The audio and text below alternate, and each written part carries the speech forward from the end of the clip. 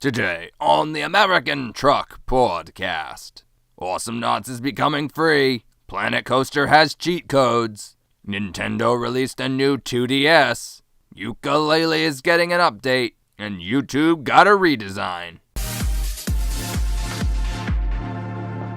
Hello and welcome to the American Truck Podcast with Andrew C. Dan Jefferson B. Person. And freelance gamer. I hope you're a person. Oh god, the crunchy. Yeah, I'm gonna have to. That's a hard no on that one. I definitely do not want to hear crunching for the next 30 minutes.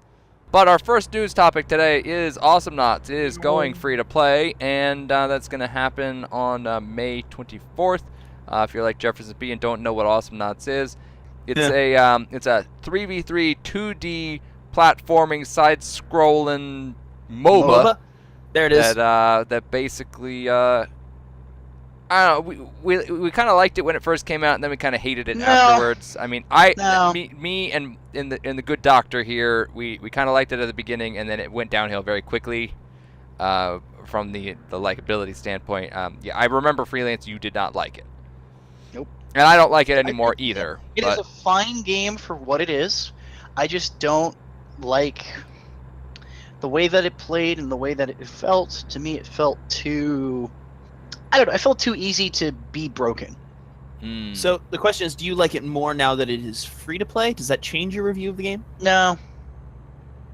Because I think I got it for almost nothing. I think so too. And I was already disappointed. Yeah. The free-to-play game that's bad is still bad. I wouldn't say it's a bad game for what it is. It's probably, I think it's one of the only, if not the only on the market for what it does. It's got a good amount of content, and they do keep putting out new content, so I give credit to the developers for it.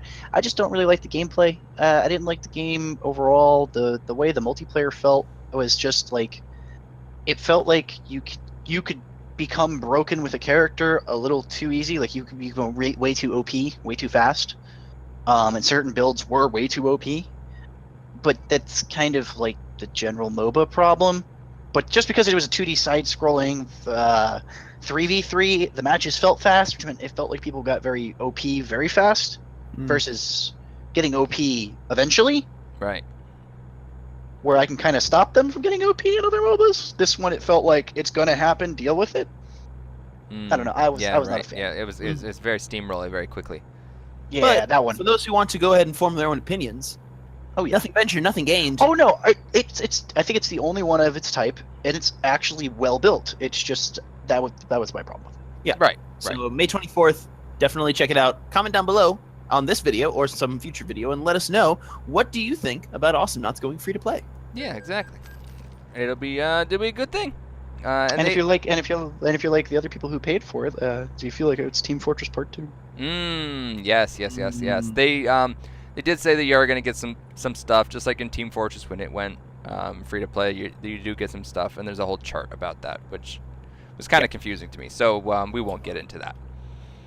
But what we will go over here is some great Planet Coaster news. Turns out the game has drivable go-karts. Okay. When was this added? Apparently, is this like a patch? Is this like a thing you can build? Is this a feature? What are we talking? The spring update added some cheat codes. No one really knew about them because they weren't documented. They weren't talked about until just this week. They were kind of like, oh hey, guess what? Cheat codes are actually in the game, and we're like secret codes. Like secret cheat codes. Yep. And so, like, for example, let's say you want to build the go-kart ride, and you're like, man, I really wish I could just ride these go-karts. They look so awesome. So you go ahead, you build the ride, and if you name the attraction Bollard, it will let you drive in first person. That's Bollard, and I believe all in caps. Yep. And what significance does the name Bollard have to go-kart rides? To be honest, I don't know. But not exactly. Yeah. Is it? It's one of those British slang terms that I just don't understand fully. Probably. Yeah, I'm not entirely sure of why that's the name for it, but I mean, that one maybe, but like this next one, I really don't get. All right, I can explain the next one. That's not a problem. So if you really are interested in going really fast in the game, you can then change the name of one of your go-kart riders to Andy Chappelle, and that will give you a superpower awesome car. Now, you go, well, what does Andy Chappelle have to do with anything? Andy Chappelle is one of the Frontier developers for the game. A lot of the cheat codes are developers' names. So that explains that one. I don't know why the go-kart cheat code is Ballard, though. You know, it might be someone's like animal. His name Ballard. Maybe. I wonder if they have like an office pet. Possible. Very possible. And so, I mean, and it's fully designed. It's all fancy looking and everything. I mean, it's literally like a go-kart mini game in Planet Coaster, which is awesome because it's a little break from the usual, basically. And there's a couple other things. Like, I know, Jeff, in the past you've asked whether Planet Coaster could do a first-person camera where you interacted with stuff and the rides and guests and whatnot, and that is one of the cheat codes in this. It's not a huge list, but it's a sizable list of different cheat codes that are available for Planet Coaster, and they're all similar in nature. Like rename the name, a guest to this, and it'll do this. Rename a ride to this other thing, and it will cause something else to happen. So it is not the expected way that most cheat codes work. There's not a Control-Shift C and then type in some cheat codes and then stuff happens like in the Sims or whatever. There's no tilde that drops a menu down from the top like in the Elder Scrolls games or in Quake. Right, exactly. So unique implementation of it, but it's a unique game. So if you want to see that full list, definitely check the doobly-doo, and you will get a link to the forum post that they made, which has all of the cheat codes that are available. And I'm sure they'll update it too if there are more. The doobly-doo. The downstairs. Have you never heard any of these? I'm pretty sure we've used doobly-doo before, so... Yeah, my pants, sometimes referred to collectively as my pants. What? Our pants. The description, Kyle, the description. Yeah. There you go. I didn't know what the hell you meant, but I kind of assumed. I thought it was obvious. I was like, doobly-doo. What the hell's a doobly-doo? There's a finger motion that iInteresty is probably making right now that would explain. No, believe it or not, I never did. Oh, you never did? So it's kind of good that they know it's a description. Everyone knew. There it is. Everyone knew. Everyone knew. Comment down below if you knew. If you didn't, leave a thumbs up if you actually leave know. a thumbs down. If you know what iInteresty is talking about. Thumbs down if you are on Freelance's freelance. side. Yeah. Watch, we just have the most hated video because I'm right. Hey, you know what? I'm fine with that. This is poetically bad. I'm fine with that. That's okay. It's a quality demonstration there. Mm-hmm. So in solidarity. Yeah, exactly. So a little bit of Nintendo news that's unrelated to the Switch, believe it or not. Nintendo quietly dropped a new 2DS this week or last week-ish, and so it basically fulfilled everything I always wanted. It's the 2DS XL, well, the new Nintendo 2DS XL. So it's just like the new Nintendo 3DS XL, which has that little extra C-stick on it. It's the same thing. It is a clamshell based product, which is a godsend to me. I hated the brick that was the 2DS first generation. Yeah, the all of the brick thing. I hated that. I'm an owner of the 2DS, the original 2DS, and I totally have to agree with you on this one. The 2DS XL, just the product launch video alone, this thing is gorgeous. I mean, we're talking a better screen, faster processor, longer battery life, larger display. You're not having to worry about headache-inducing 3D action. Yep. And it's got everything that we want. And it's got the NFC reader for amiibos. So and it comes in a huge variety of colors. The buttons themselves even just seem like it's a new design iteration that the designers really have gotten their hands on. I like it. If I didn't already have a fully functional 2DS, I would be in the market for one of these. If I didn't already own a 3DS, I would 100% be interested in this because the 3D of the 3DS has never been a thing I wanted. It was edging, it was market pushing, it was revolutionary. doesn't necessarily it's one of those things that doesn't necessarily It's kind of poop. function. It functions sometimes. Kind of poop. Gimmick. Yeah, I have Great never selling point. I've never wanted it. I never have used it. Mm-hmm. It has always given me a headache just for 3 seconds of trying to use it to see what it would look like, and I've never seen it really implemented even well. I've never been a fan. It's no good. Yeah, Gimmick. I mean, granted, It's this a is also definitely, as Freelance has been saying the whole time here, it is 1,000% a gimmick. This is also the company, though, who decided that putting a touchscreen on a gaming device was a good thing, or making a gaming device that folds in half was a good thing, or even just the original like portable handheld console was a good thing. So I can't knock them for at least giving it a college try. But most it is what gimmicks, it is. if it's a gimmick and it doesn't work, they get rid of it. This is we've pushed this thing down the road 12 times. Well, not only that, but there's been previous, there's been previous things that have tried this. Like, okay, 3D movies. Yes, it's made a resurgent recently, but it's still a gimmick. The Virtual Boy. I don't know if any of you have ever used that. Nope, but I've heard of it. But I've heard there's of a game. There's gaming. There's a gimmick. sure. It So was the Power Glove. Yep. You know. I'm glad we've never ever tried to redo these things. Well, we have retried Except- the Power Glove with the Wii. Kind of. It's a little different. And the Virtual Boy really could be argued as the inspiration for Oculus Rift and HTC Vive. But those are fundamentally meant to only do that. I guess that'd be the primary difference. One of them's supposed to be 3D, the other one's supposed to be I want to say a 4D environment, but that's getting a little deep. We're getting a little meta here. Yeah. To bring this back on track, the Nintendo 2DS XL, or in Japan the LL, is going to be $150 at launch. Plus or minus, of course. Your mileage may vary, but if you want one, if you're looking to upgrade your current 3DS to a safer, better 2DS experience, if you haven't picked up one of the new quote-unquote consoles yet from Nintendo and you're wanting to, this is the one I would go to, not the new 3DS XL. Agreed.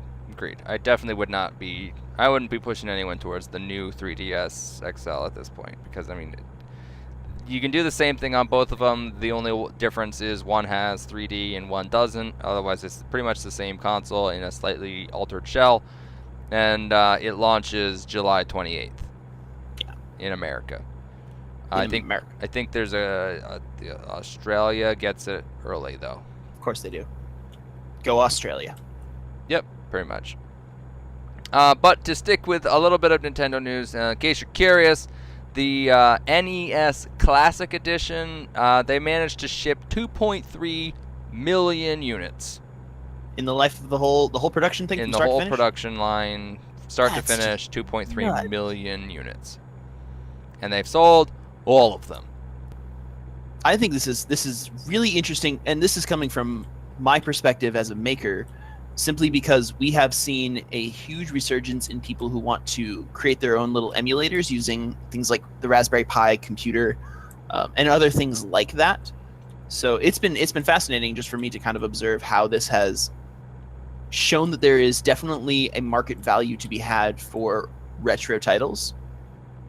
So we had talked, what was it, last week or 2 weeks ago? We talked about the SNES Mini. That is, the rumor mill has churned out for us, and I mean, I hope the rumor mill is actually better than my Chinese fortune cookie I had the other day, and does in fact come true. I think it would be a fantastic addition. I think my only problem with these is that with the development of these, and they are good, and that's a good thing. You know, I can understand that from Nintendo's standpoint, and if you're just a standard person. But one of the things I liked was that since there weren't any options except for buying an old console for a while, I kind of learned how emulators work. I learned from that how like certain Linux distros worked when I wanted to put it on a Pi. It gave me a really big learning opportunity that if I had the option to just buy this, I would never have gotten. And So I'm glad they're a limited run. Yeah. I like that. I agree to an extent. My issue comes in the fact that, like, and this is kind of the weird gray area for every emulation, is now we don't have an excuse if people say there are legal troubles with emulation. Like now we don't have a cop out to say like you can't get certain games anymore because we have the NES Classic. True, but now you can get sued for having it because DMCA. Yeah, so it's weird because what this does is this sets weird legal issues that that probably won't get followed up on, but it just sets weird precedents. Yeah, it could though. That's one of my problems with it. For a while there, with the old stuff, when you would have a ROM, like ROM hacks, right? Super Mario Hell. Oh yeah. Kaiju Mario, right? Yeah. Some of the best, or Kaizo Mario, like some of the best ROM hacks that exist, could technically be illegal now. Yeah, especially if Nintendo's Eye of Sauron is going to focus its gaze more towards the old school, like the ROM hack scene. I hope that those guys don't get caught in the crossfire because they've put in a lot of great work, and I want to see them keeping to do what they love without facing ridiculous amounts of banhammer. Indeed, that would be a very unfortunate aspect of this, and hopefully we will see more come with this. Now, I will kind of question, where does this end? So, like, let's say they do come out with the SNES this Christmas. What comes out next? Do they come out with the next iteration of a Nintendo console? So, do we get a 64 mini? Do we get a GameCube mini? Do we get a mini? How do you mini the 64 controller? Yeah. Well, you didn't necessarily have to mini the NES controller. They didn't do that. They did a little, actually. Did they? Smaller. Yeah. Okay. I've not played with one in like IRL. Yeah. Full disclosure, I have not played with one IRL as much as I would love to. The 64 controller is an awkward controller in general. Yeah. So I don't know. I mean, is that a thing that they would do? This also assumes that the SNES even happens.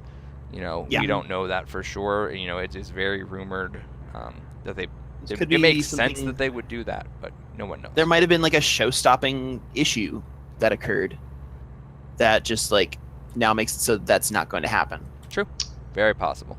So we don't necessarily know the back end of things, and that's more what has me interested because this was such an abrupt announcement to end even the NES Mini. So, yep. I don't know. I'm kind of interested though. I am as well. Moving right along here, we got some Yooka Laylee news and updates here. There's a new update that's coming soon that's going to add some very requested features. Skippable cutscenes, skipping through dialogue quicker, some camera refinements. Ooh. Rolling out soon to your console or computer. Dun, dun, dun. This is, of course, in the soon TM, so who knows? We don't know when it's happening, but it's happening. It's just a win. Yeah. Whenever the QA guy eventually kind of throws his gaze over to it and says, "Yeah, it looks good," then we'll get it. Pretty much. So all things I'm sure many people would have argued should have been there at the beginning, but they weren't, and they will be soon. So. So there is that. Speaking of things that are that, YouTube is getting a redesign, and they have made things simpler, cleaner. They've added a dark mode. They've built on to a brand new framework of super lightning fast YouTube webness, and it's my opinion that they've kind of gone more in the way of how YouTube gaming kind of looks for their general platform.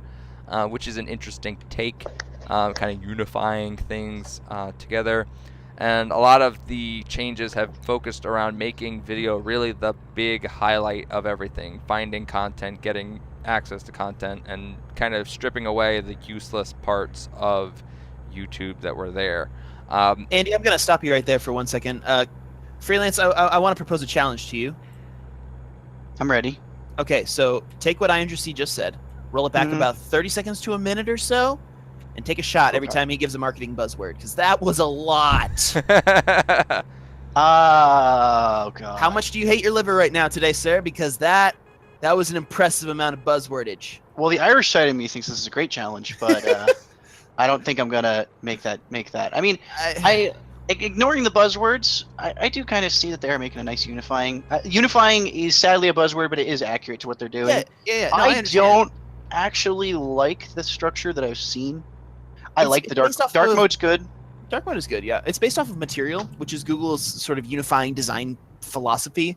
And I know it's more than just Google that's been adopting it. There's been other companies, and even at my workplace, we've been slowly getting our hands on what Material is and how we can integrate that kind of design.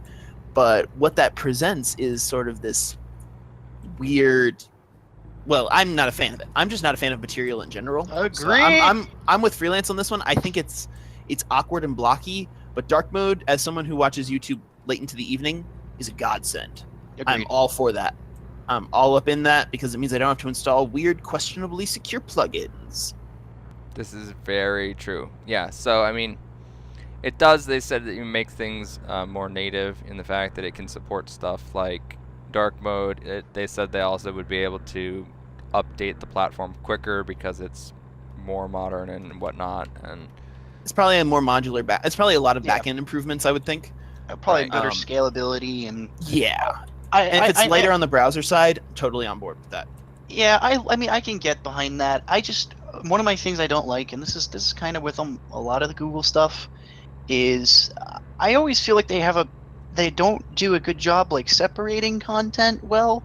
Like it's not a very clear like distinction between like, so you have recommended, recently uploaded, and then you start going through all your like subscriptions that they've you've been recently watching or whatever, right? And on the current one, you kind of like okay, this is this section, and this is the next section, and this is the next section. With the way that a lot of the Google designs are, to me those kind of blur because their whole thing is that's supposed to be more fluid. I have to agree. Which looks good, but it just makes it more annoying for at least me to navigate a page. Yeah, I have to agree with you on this one, just because like I live and die by my subscription box. That's how I watch the majority of my YouTube content, and so this has happened a couple of times in the past few years where when there's fundamental design changes that are revoking that or making that thing more difficult to obtain, it disrupts me in the way that I consume YouTube content, which I know is not Google's intention. Yeah, and they want me to keep consuming more YouTube content. And it is. I mean, it's more of a poor adoption, at least on my side. I'll acknowledge that this is a user problem, not a system problem. Problem exists between chair and keyboard. Yeah, but it's just a personal preference. Mm-hmm. I also don't like that a lot of companies are doing this with their websites. Probably anyone who does any work with an online interface has seen this with updates to Dropbox, Google Hangouts, even actually. And like I don't know. I still come from the software development philosophy of give them a choice, let them choose. Well, but then there's the support side of my brain that goes, if they have a choice, you'll never know which one they're using. Thankfully, YouTube does offer the user a choice right now. The way that you activate this is to go to youtube.com. I understand. Correct me if it is /new. I think it is. It is /new. /new got me there. So youtube.com/new is how you activate this new beta feature, which is something to keep in mind. This is still kind of an in-testing situation. But that being said, it is totally available to anyone who wants it right now. And if you're like Freelance and you hate it, you can just switch back. You click on your profile picture in the upper right-hand corner, switch back to classic YouTube. You're done. Don't have to worry about it. Or if you want to do side-by-side comparison testing, you can go into incognito mode and still view the old YouTube just based on the way that it changes over. Yeah, good point, Freelance. This will probably be an eventual change, but at least we now have an opportunity to sort of gradually sort of provide feedback and ways to get around it, and somebody will probably have a browser plugin up in the next 24 hours anyway, please. I think that's the big thing is if you don't like this as it is right now, make sure you tell YouTube that you don't like it. Because if you don't, users not reporting is what's going to cause this to go through and then be shitty. Yeah, it's the argument from silence. If nobody says it's bad, then everybody must be saying it's good, and that's not the case. Exactly. So if you have an egregious complaint against this, tell them. There's a feedback button all the way at the bottom of this page. Like if you just hit end or page down or use your scroll wheel or flip your finger if you're on one of those fancy touchscreen laptops, get down there and click that feedback button because that's going to be the way that we're going to be able to let YouTube know how we're feeling about this. Right. And then when YouTube goes and says, nah, this is what we're doing, too bad, you can say you at least tried. Yeah. Exactly. We're the only show in town. What are you going to do? Pretty much. Well, precisely. You're going to That's switch beside to Twitch. Ha! the point.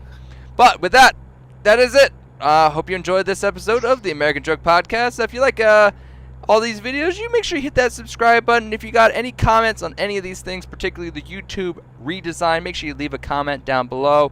And the link for that page about the cheat codes will be in the description down below, so definitely check that out if you are a Planet Coaster player. The doobly-doo. In the doobly-doo, correct. But we will see you guys in the next one.